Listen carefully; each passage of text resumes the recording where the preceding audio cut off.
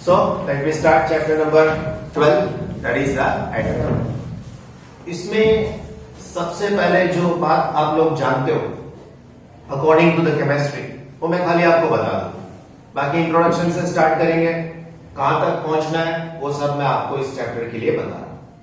Chemistry में आप लोगों ने रुदरफोर्ड एक्सपेरिमेंट समझा, राइट?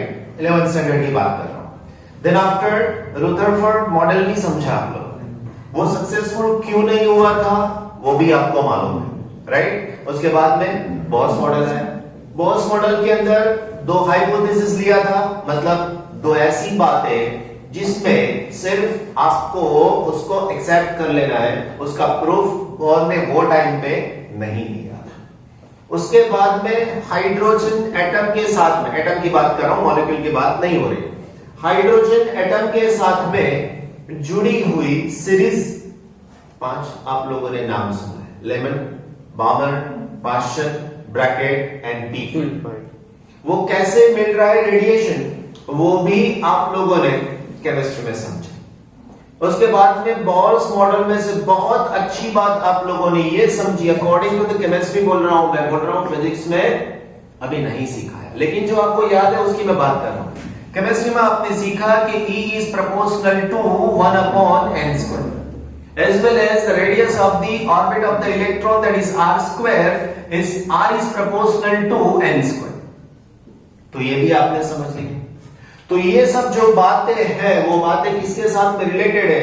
इलेक्ट्रॉन जो सर्कुलर ऑर्बिट के अंदर रोटेशनल मोशन कर रहा है उसी के साथ में रिलेटेड है। एक्साइटेशन पोटेंशियल भी आपने समझा। एक्साइटेशन पोटेंशियल का मतलब if electron is in the lower orbit it gains some amount of energy, then it move from n is equal to 1 to 2 3 4 5, this energy is known as the excitation potential।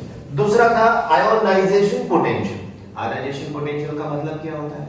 The electron is bound with the atom and with the nuclei, so it is rotating around it.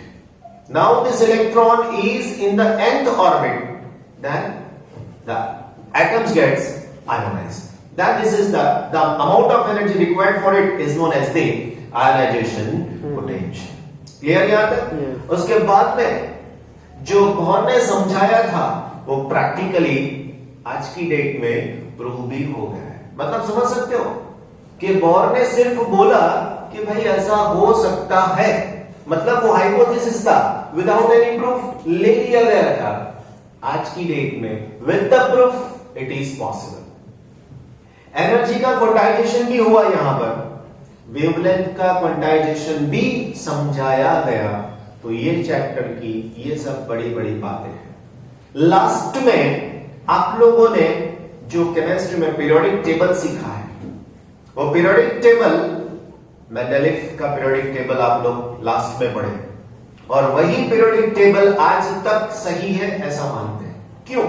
क्योंकि उन्होंने बताया कि per one place there is only a atom, एक place के ऊपर दो atom possible नहीं है, और ये सबसे अहम बात थी वो टाइम पे भी, राइट नाउ आज भी। तो ये सब नॉलेज आपको केमिस्ट्री के हिसाब से है राइट नाउ टुडे, आज आपके पास। अभी हम लोग फिजिक्स में उसका एस्पेक्ट कौन सा लेने वाले हैं? तो फिजिक्स के साथ में जो रिलेटेड एस्पेक्ट्स है वो लेने वाले हैं। मतलब केमिस्ट्री के हिसाब से ले रहे हैं वो लोग सेम बात, फिजिक्स के हिसाब से ले रहे हैं सेम बात को। आपको जस्ट इजी बनाने के लिए करना क्या है? दोनों को ज्वाइन कर देना है। यहां पर जो सही है वो वहां पर भी है, वहां पर जो सही था वो यहां पर भी है। लैंग्वेज अलग है, कंसेप्ट सेम है, और जो बात बताने वाले हैं वो दोनों को आपको सिर्फ कंबाइन करना है। Okay, let's begin chapter number 12 and it is related to the atoms. Introduction part बहुत इजी है, जस्ट एक बार आपको सिंपली रीड कर देना है। उसमें क्या है वो भी मैं बता दूं। मेन पॉइंट्स 1 2 3 4 5 6 पॉइंट्स दिमाग में सेट कर लिए, इंट्रोडक्शन एक बार रीड कर लिया, आपका काम खत्म। तो ये बात यहां से हम लोग स्टार्ट करते हैं। सबसे पहले 90s की शुरुआत में, उससे पहले जे थॉमसन से पहले के टाइम के अंदर, और बहुत पहले से भी मानते थे कि कोई भी मैटर उसके साथ में एक चीज हमेशा जुड़ी हुई है, कि once you divide this matter, once you divide this substance, then there is a very small amount of atom or very small amount which is different for different substance. कोई भी ऑब्जेक्ट, कोई भी सब्सटेंस को आप divide करते जाओगे तो finally जो सबसे छोटा पार्टिकल मिलेगा वो कैसा होगा? तो वो अलग अलग सब्सटेंस के लिए अलग अलग होता है, वो लोग मानते थे, राइट? डाल्टन के टाइम से उसके बाद में समझाया गया जे थॉमसन द्वारा। क्या बोला गया? उन्होंने बताया कि एटम्स के पास नेगेटिवली चार्ज कुछ होता है। इलेक्ट्रॉन नाम नहीं दिया था वो टाइम में, इलेक्ट्रॉन जैसा कुछ है नाम नहीं दिया था, सिर्फ बोला था कि कुछ होता है। But at that time also scientist very confirm about one thing, that atoms are neutral. वो बहुत कॉन्फिडेंस से मानते थे कि एटम हमेशा न्यूट्रल ही होता है। आपको भी मानना पड़ेगा। रीजन ये है कि अगर एटम न्यूट्रल नहीं होते तो कैसा होता एटम? या तो पॉजिटिव होता या तो negative. And according to the chapter number 1, positive is always attracted towards the negative one. अगर ऐसा होता तो पूरे यूनिवर्स के अंदर कुछ ना कुछ चार्ज रहता, कहीं पे भी टच करते हैं तो आपके ऊपर ट्रांसफर होता या आपके ऊपर से वहां पर ट्रांसफर होता। ऐसा नॉर्मली नहीं हो रहा है। That means in the universe almost all the atoms are neutral, मतलब उसके पास पॉजिटिव चार्ज होना बहुत जरूरी है। वो टाइम के ऊपर अल्फा पार्टिकल बॉम्बार्डिंग एक्सपेरिमेंट किए जाते थे और उसी की बदौलत मालूम पड़ा कि इलेक्ट्रॉन्स आते हैं। जे थॉमसन ने बकायदा लास्ट चैप्टर में बताया ऐसे E by M find out किया। E by M उन्होंने बताया वैल्यू, एक्चुअली वो क्या मेजर कर रहे थे?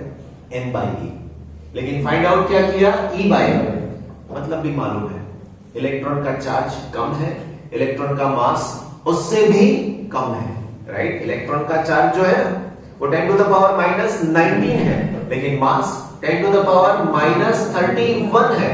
तो सोचो वो टाइम के ऊपर इतने लेस नंबर वालों का कैलकुलेशन करना कितना डिफिकल्ट होता होगा, लेकिन फिर भी उन लोगों ने किया। उसके बाद में सबसे पहला एटॉमिक मॉडल किसने बताया? तो सबसे पहला atomic model you know very well, J Thomson ने बताया। And this model is known as the Thomson, तो मतलब plum pudding. Yes, plum pudding model. क्या बताया था उन्होंने? बहुत सिंपल, जो हम लोग एकदम कुछ फिजिक्स नहीं मालूम है वो लोग भी सोचते हैं, वैसे उन्होंने बताया। क्या बताया? बताया the atom is like a watermelon, the grains in the watermelon are nothing but the electrons and the remaining part, red part जो वाटरमेलन का होता है, this part is nothing but the positive charge. उन्होंने तो बता दिया किसी भी चीज की शुरुआत जो करते हैं ना, उससे पाथ ऑलरेडी आपको मिल जाता है। आप कुछ नहीं करते, इससे थोड़ा आगे बढ़िए, कुछ करिए, फिर कुछ करिए, फिर कुछ करिए, तो आगे निकल जाएंगे आप लोग। वैसा ही यहां पर हुआ। थॉमसन ने सिर्फ इतना बता दिया, 3 सेंटेंसेस थे। वो टाइम के ऊपर तो बुक भी होती थी उनकी लिखी हुई, यही इसी के साथ रहेंगे। लेकिन जब कोई क्वेश्चन पूछता है ना, तब जाके उसमें से कुछ नया फिजिक्स स्टार्ट हो जाता है। पहला क्वेश्चन जे थॉमसन को वो टाइम पे पूछा गया था कि once you say that electrons are there and positive charge is there any stability of this model? अगर वहां पर इलेक्ट्रॉन है, वहां पर ही पॉजिटिव चार्ज है, तो is there any possibility that two types of different charges are in a stable condition, in the equilibrium condition at one position? एक point के ऊपर ऐसा पॉसिबल है कि एक जगह पर माइनस चार्ज, एक जगह पर प्लस चार्ज है, दोनों बहुत बहुत नियर बाय है, तो ऐसा पॉसिबल है कि वो इक्विलिब्रियम में रह सके? तो उन्होंने बता दिया ना। खुद ने बोला था ये मॉडल है, खुद ने बताया ना। तो उन्होंने तब क्या बताया? तो उन्होंने तब ये बताया कि अगर बाहर से कोई भी एनर्जी नहीं दी जाती, तब तक ये एटम स्टेबल कंडीशन में रह सकते। लेकिन वो आंसर नहीं था, आप भी मान सकते हो, राइट? लेकिन इससे एक नई बात जानने को मिली, और वो था रुदरफोर्ड का मॉडल। लेकिन इन बिटवीन जो कुछ भी इंट्रोडक्शन में है मैं आपको बता देता हूं। एक बात सबसे इंपॉर्टेंट क्या थी वो टाइम के ऊपर? सो वो बात ये थी, condense matter. Condensed matter, that means the density is more with compared to the gaseous one. So once we provide some energy to the condensed matter, then the radiation is coming out of it, and this radiation may be in the continuous form. Continuous form, that means if the frequency is 1, then next one is 2, next one is 3, next one is 4, next one is 5, like this. It is in a continuous form. What about the matter? Condensed matter. Condensed matter, that means the density is more with compared to the any other. But what happens in the case of gaseous state? There is a discrepancy or there is a discreteness in the emission of radiation. Halogen lamp, right? Mercury lamp, sodium lamp, neon lamp, ये सब light आपने देखी है, लेकिन पता नहीं है कि ये सोडियम लैंप। स्ट्रीट लाइट अभी व्हाइट लाइट की, व्हाइट है आपके पास है, राइट? उससे पहले येलो थी, तो येलो मतलब सोडियम लैंप था, राइट? हमारे घर में ऐसी ट्यूबलाइट यूज करते हैं, वो एलईडी है अभी, लेकिन उससे पहले का वर्जन उसमें मर्क्यूरी था, राइट? तो ये सब लैंप्स, उसके साथ में जो रेडिएशन निकलता है, this radiation is not in the continuous form. वो कौन से फॉर्म में था? डिस्क्रीट फॉर्म में। डिस्क्रीट फॉर्म का मतलब होता है if you are getting 1001, the next one is not 1002, next one is not 1003। 1001 के बाद डायरेक्ट आपको वेवलेंथ मिलती है 5000, उसके बाद में डायरेक्ट मिलती है 5600, उसके बाद में मिलती है 800, उसके बाद में मिलता है 700 समथिंग, 800 समथिंग लाइक दैट। तो ये सब उसके अंदर मिलता है, या तो इंक्रीजिंग ऑर्डर या तो डिक्रीजिंग ऑर्डर, लेकिन कोई फार्मूला डायरेक्टली आपको नहीं मिलता वो टाइम के ऊपर। तो ये सबसे बड़ी बात थी कि ऐसा कुछ है एटम के पास जिसमें डिस्क्रिपेंसी है, डिस्क्रिएटनेस है, राइट? उसके बाद में एक्सपेरिमेंट तो हम लोग रुदरफोर्ड का भी एक्सप्लेन करने ही वाले, लेकिन उससे बात क्या जानने को मिली? तो बात ये जानने को मिली कि the size of the atom is around 10 to the power -10 metre, as well as the size of the nuclei may be of the order of 10 to the power -15 metre, मतलब 1 लाख टाइम्स एटम से nuclei छोटा है, nuclei से atom बड़ा है, right? और ये सब समझाया था, आपको मालूम है जो मैंने 5 सीरीज का नाम बोला, उसमें सबसे पहली बात जो विजिबल रेंज में आती है हाइड्रोजन स्पेक्ट्रम, उसका नाम था पामर सीरीज, राइट? तो वो सबसे पहला आया, उसके बाद में बाकी की 4 सीरीज आपको जानने को मिले। तो यहां तक इंट्रोडक्शन था, राइट? अभी जो एक्सप्लेन करने के लिए जा रहे वो है रुदरफोर्ड मॉडल। रुदरफोर्ड मॉडल क्या है बेसिकली? तो समझने वाली बात है, जे थॉमसन जो साइंटिस्ट थे, उसके अंडर में काम करने वाले साइंटिस्ट का नाम था रुदरफोर्ड। रुदरफोर्ड जब साइंटिस्ट के हिसाब से काम करते थे, तो उसके अंडर में काम करने वाले 2 उसके स्टूडेंट्स का नाम था, one is Geiger and other one is Marsden, right? Geiger and the Marsden. एक तो 20 साल का ही था, 20 साल का मतलब जस्ट आप कॉलेज में गए, 1 साल काम किया और तुरंत वहां पर, तो उन्होंने एक्सपेरिमेंट स्टार्ट किया। एक्सपेरिमेंट था जे थॉमसन का, काम लिया रुदरफोर्ड ने, और वो भी सौंपा किसको? ये 2 नए साइंटिस्ट को। कैसे काम करना था उनको? तो उनको ये देखना था, once the alpha particle are bombarded on a very thin foil of a gold, is there any possibility that the alpha particles are scattered, you can say at maximum angle or angle more than 0 to 10 degree, 20 degree, 30 degree, 40 degree, 180 degree? कैसे वो scattering होता है वो खाली समझाना। बकायदा ये experiment से प्रूव हो गया कि यस समथिंग इज देयर। अगर ये एक्सपेरिमेंट समझ लिया तो मैं हमेशा बोलता हूं कि फिजिक्स लिखना बहुत इजी होता है। वंस यू अंडरस्टैंड, आपने समझ लिया, पॉइंट्स बना लो, काम खत्म आपका। तो गाइगर मास्टरडन एक्सपेरिमेंट क्या था यहां पर समझते हैं। तो सबसे पहले हमारे पास उसकी अरेंजमेंट होनी चाहिए। अब ये अरेंजमेंट कैसी होती है वो समझो। तो सबसे पहले यहां पर एक थिन फॉइल लिया गया, ये थिन फॉइल था गोल्ड का। अभी आपको क्वेश्चन होना चाहिए, सर गोल्ड का ही क्यों थिन फॉइल?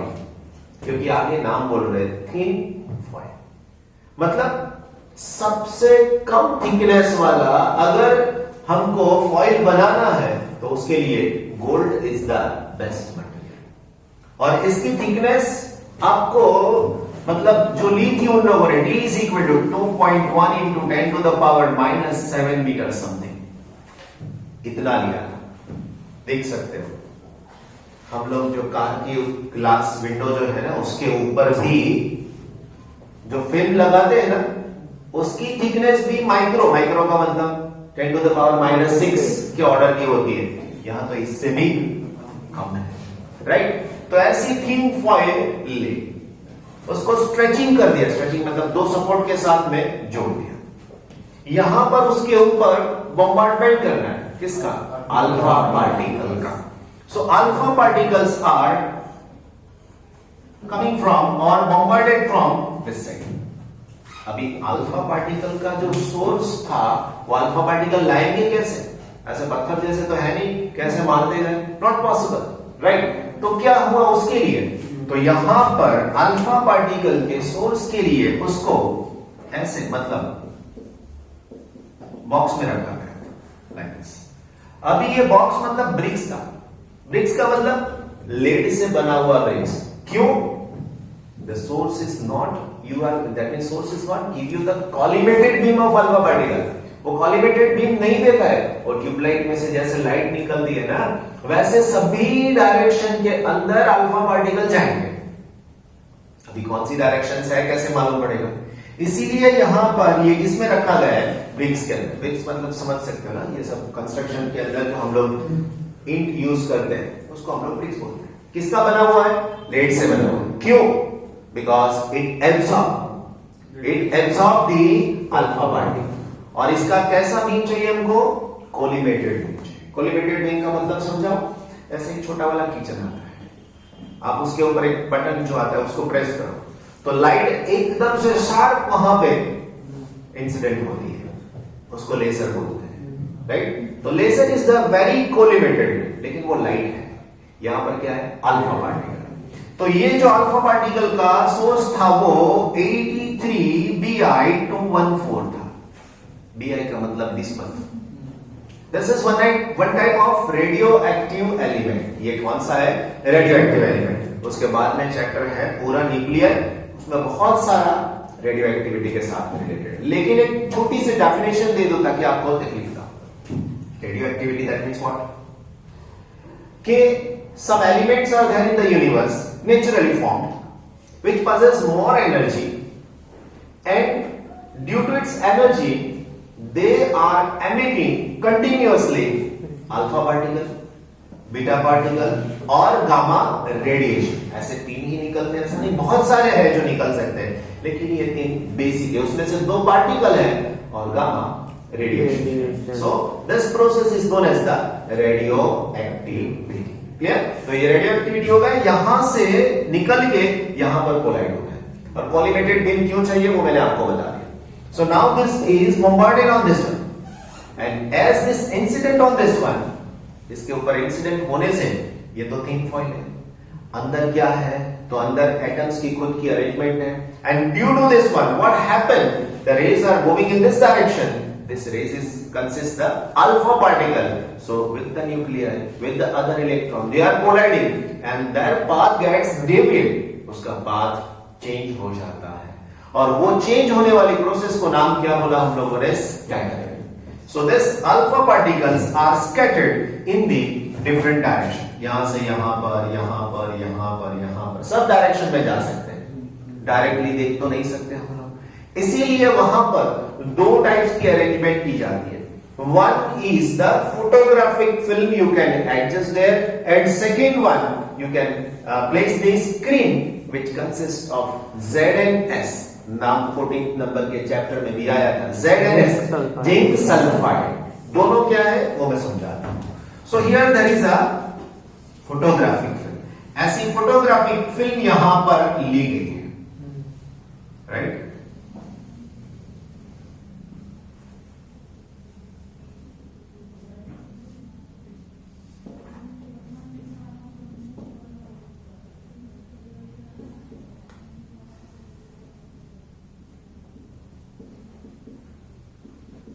ये पूरी फोटोग्राफिक फिल्म है,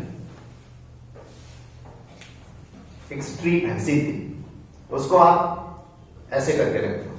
ऐसा क्यों करना पड़ता है वो भी समझा रहा हूं। Now what happened?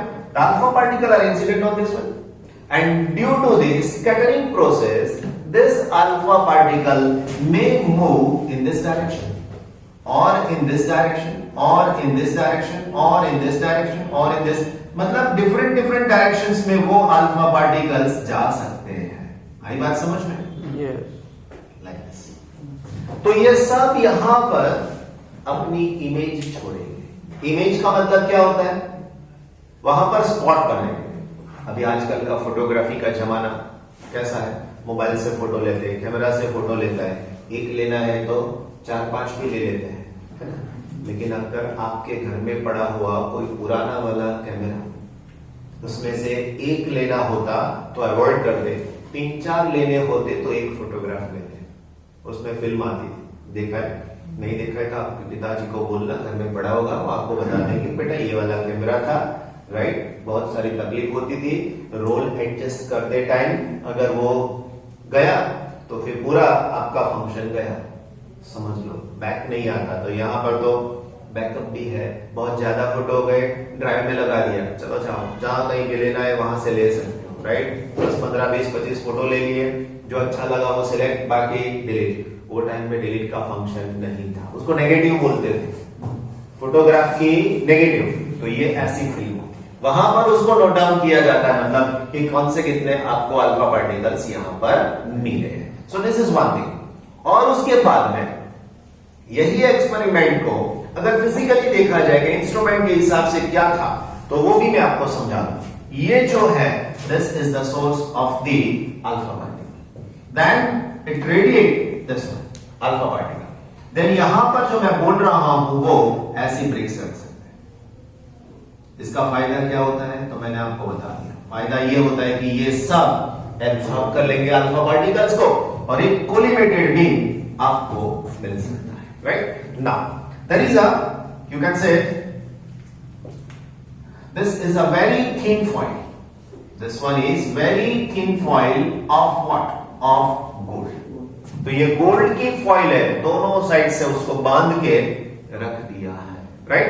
Then after ये जो है उसके लिए यहां पर आप पूरा का पूरा अरेंजमेंट स्क्रीन के ऊपर कर सकते हो ऐसा, and this is made up with the help of zinc sulphide. Zinc sulfide is one type of fluorescent material.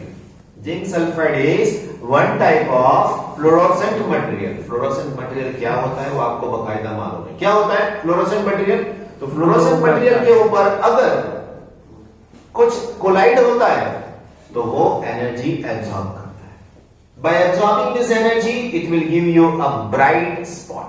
कई बार आप लोगों को पता है कि घड़ी होती है ना, उसके अंदर फ्लोरोसेंट होता है, तो वो डिजिट आप रीड कर सकते हो. रिफ्लेक्टर है, रिफ्लेक्टर नहीं है, फ्लोरोसेंट मटेरियल, राइट? तो ऐसा यहां पर जिंक सल्फाइड का फ्लोरोसेंट मटेरियल डाल दिया है, एक स्क्रीन बना दिया पूरा.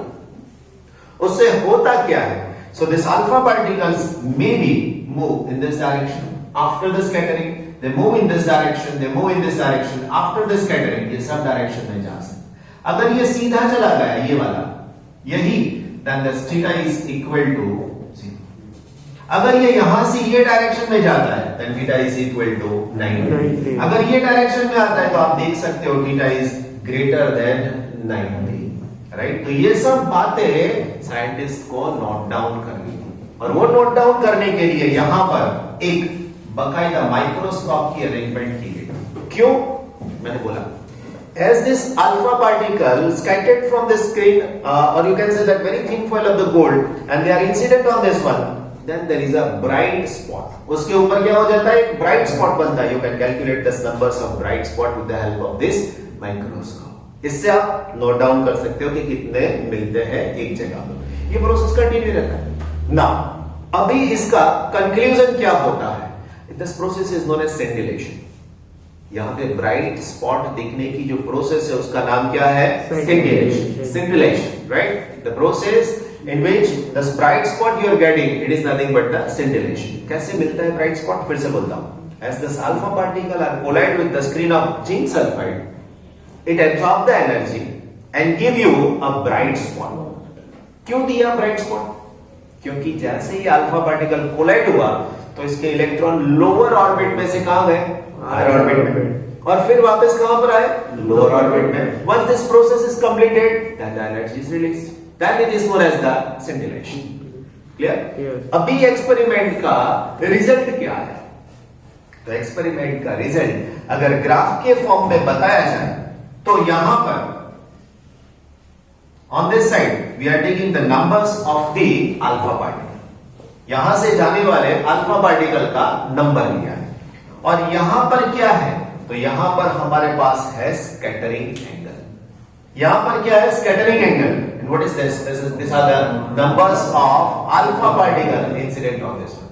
कितने नंबर्स ऑफ अल्फा पार्टिकल यहां पर, you can say 10 to the power 7 और लास्ट में 10 एंड यहां पर 0।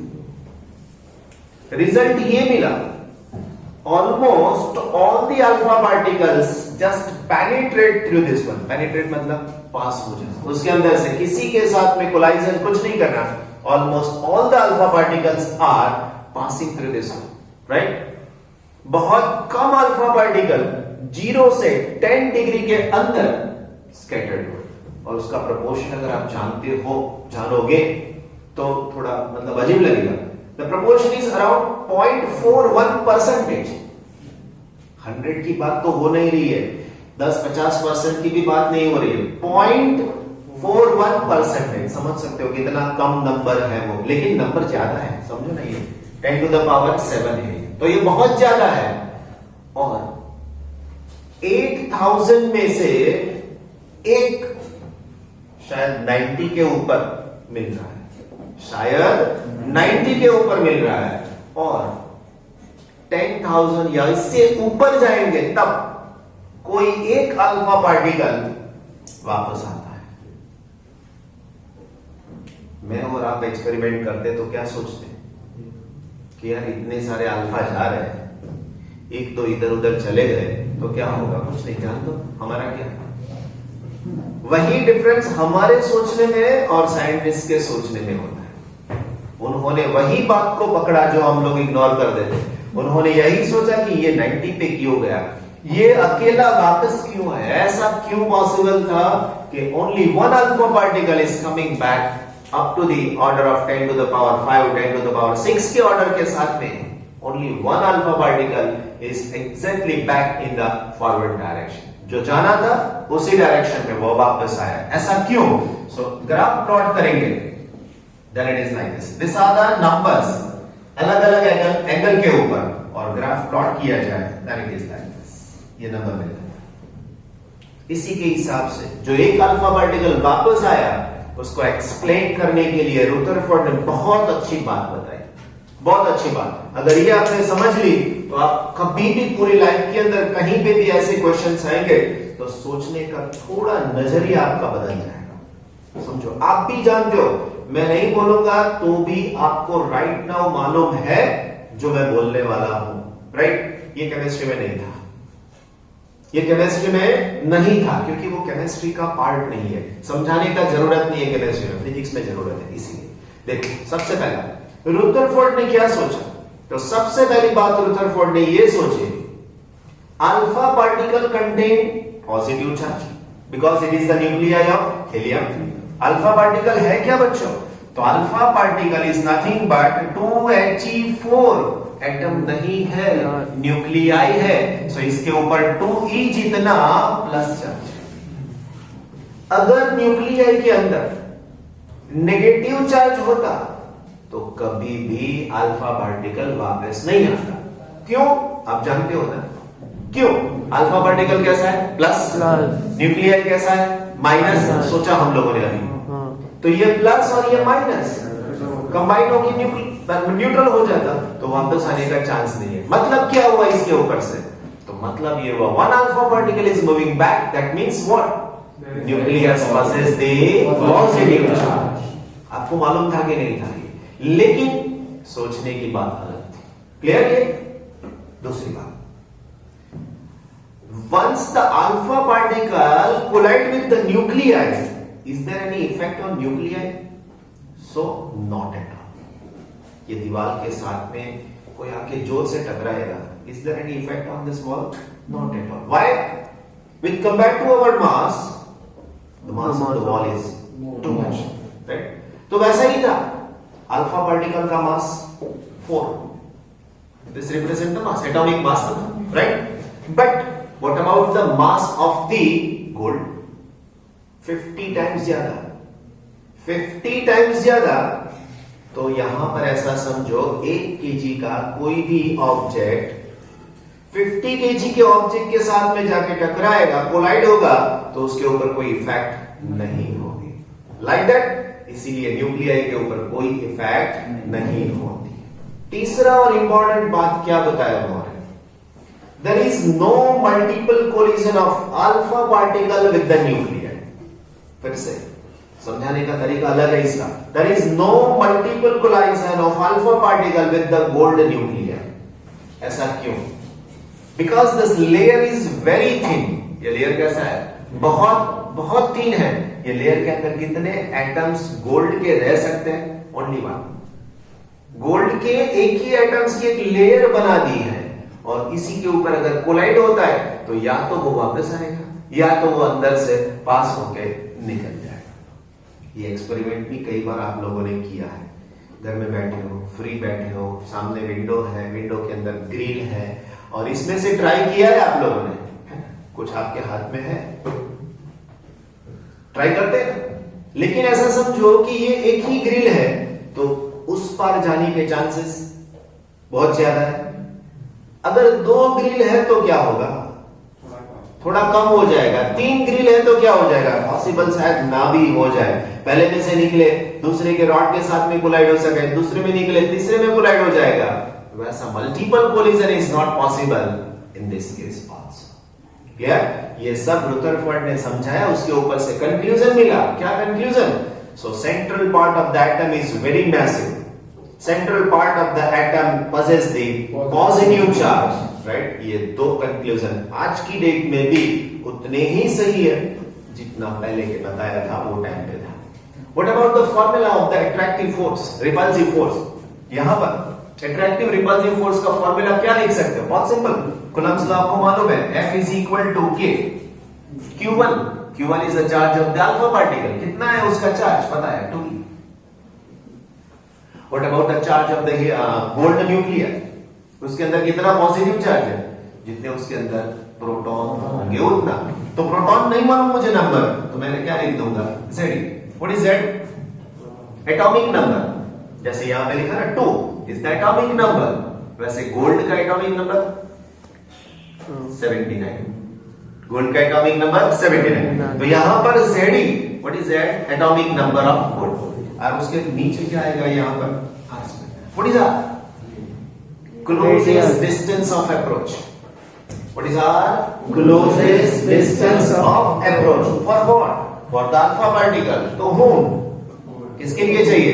गोल्ड के लिए। मतलब यहां से फेंका हम लोगों ने, यहां से जाके ऐसा चला गया, यहां से ही चला गया ऐसे, यहां से ऐसे गया, या ऐसे कोलाइड होके वापस आया। So this is called the closest distance of approach. Question हमेशा इसके बेसिस के ऊपर पूछे गए हैं, राइट? फाइनली यहां पर इंपैक्ट पैरामीटर समझना है। इंपैक्ट पैरामीटर ये सब समझाया, उसी के अंदर से निकालने वाले हैं वर्ड का मीनिंग। मैंने अभी आपको थोड़ी देर पहले बताया, this is what? This is the nucleus of the gold. ये क्या है? गोल्ड का न्यूक्लियस।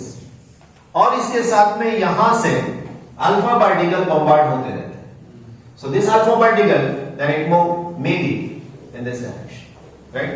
अभी यहां से गया होता तो ये जाता, अभी यहां से जा रहा है, so it is possible in this. यहां से जा रहा है, then it is back. And this collision is called the head on collision. And this one the angle of collision is 0. Head on का मतलब होता है एंगल ऑफ कोलाइजन इज 0। यहां से बॉल आ रहा है, यहां पे पड़ा है, ऐसे टकराएगा और वापस जाएगा, then it is known as the head on collision, right? If it is moving in this direction, then there is some angle. इसके साथ में जो एंगल बनाइए, then it is called the scattering angle. अलग अलग डायरेक्शन में जाने की पॉसिबिलिटी है। अभी इंपैक्ट पैरामीटर क्या हुआ? So this space is called the B. and this b is called the impact parameter. ये स्पेस को क्या नाम देंगे? इसको हम लोग नाम दे सकते हैं impact parameter. Clear? So this is nothing but the impact parameter. Clear? कोई बात समझ में नहीं आती है तो पूछ सकते हो आप लोग. और इसके साथ में ये impact parameter को डिफाइन कैसे करेंगे? So you can define impact parameter by simple way. The velocity vector of what? Alpha particle. The velocity vector of alpha particle and its perpendicular distance. ये alpha particle जो है जाने वाला ये direction और उसका कैसा distance? Perpendicular distance. Then it is known as the impact parameter. इसके लिए impact parameter थीटा जो बताएंगे 180 हो सकता है. इसके लिए 180 गया वही डायरेक्शन में वापस आया. So angle is 180. जीरो किसके लिए होगा? अगर यहां से जा रहे डायरेक्ट जो होगा वो जीरो हो जाएगा. राइट? इसी का कंक्लूजन क्या हुआ? इसी का कंक्लूजन हुआ रुदरफोर्ड मॉडल. क्या बताया रुदरफोर्ड ने? रुदरफोर्ड ने ये बताया लाइक द प्लैनेटरी सिस्टम, हमारी जो प्लैनेटरी सिस्टम है उसके अकॉर्डिंग क्या होना चाहिए? जिसका मास सबसे ज्यादा है वो सेंटर में रहेगा. And all the other planets are revolving around that massive planet. मतलब सन के अराउंड में सभी रोटेशनल मोशन कर रहे हैं. Yes, it is correct today also. तो वही सोच के रुदरफोर्ड ने ये बताया कि भाई ऐसा हो सकता है. करेक्ट. लेकिन गलती क्या की रुदरफोर्ड ने? केमिस्ट्री में सीखे हो, आपको मालूम है गलती क्या की? तो उसका आंसर फिजिक्स में है. If any particle is possessing the accelerated motion, then it must emit energy. As it continuously possessing the accelerated motion, its energy gets decreasing. What happened now? If electron possess the higher energy, they are away from the nuclei. Once it is rotating around the nuclei, then it possess the accelerated motion. It decreases its energy, and what at the last? It is inside the nuclei. Once its energy becomes zero. So once the energy becomes zero, it is inside the nuclei. तो J.J. Thomson wrong कहां पे था? मैं बताइए. J.J. Thomson ने तो वही बताया. क्या बताया? Electrons are in this one, right? तो रुदरफोर्ड का ये आर्ग्यूमेंट गलत था. रुदरफोर्ड का ये आर्ग्यूमेंट गलत था. क्या गलत था समझाओ फिर से. अगर इलेक्ट्रॉन के पास एनर्जी ज्यादा है तो वो कहां पर रहेंगे? न्यूक्लियाई के दूर रहेंगे. दोनों रोटेशनल मोशन कर रहे हैं लाइक अ प्लैनेटरी सिस्टम, राइट? लेकिन उसके पास एक्सेलरेटेड मोशन है. एक्सेलरेटेड मोशन का मतलब होता है उसके पास एक्सेलरेशन. एक्सेलरेशन दो टाइप के आपको मिल सकते हैं. दो टाइप से आपको मिल सकते हैं. Once the speed is increase and second direction is change. If one particle possesses the circular motion, at every moment the direction gets changed. हर एक मोमेंट के ऊपर डायरेक्शन चेंज होता ही है. अगर डायरेक्शन चेंज हुआ तो क्या हुआ? Acceleration हुआ. Then it loses some amount of energy. As it loses energy, then what happened finally? It is at last inside the nuclei. And once it is inside the nuclei, is there any stability of that?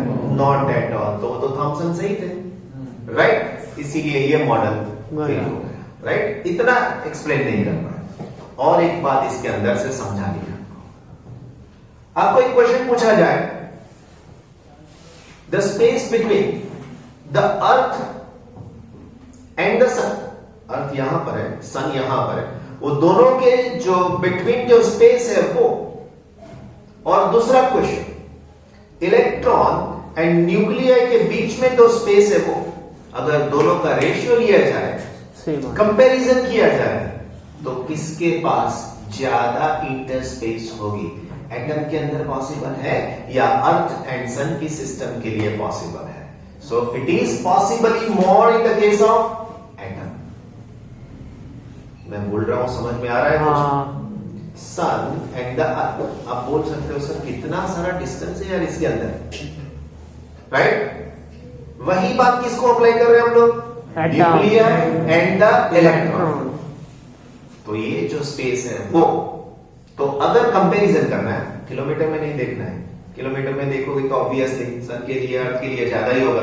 Comparison करोगे तो atoms के अंदर ये space ज्यादा होती है, right? आई बात समझ में?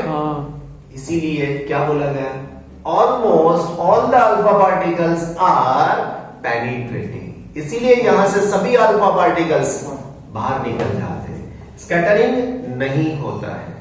एक कंपैरिजन है, अगर मेरे पास एक ये स्पॉट है, इस ये स्पॉट आपको दिख रहा है, ये स्पॉट है, उससे 1000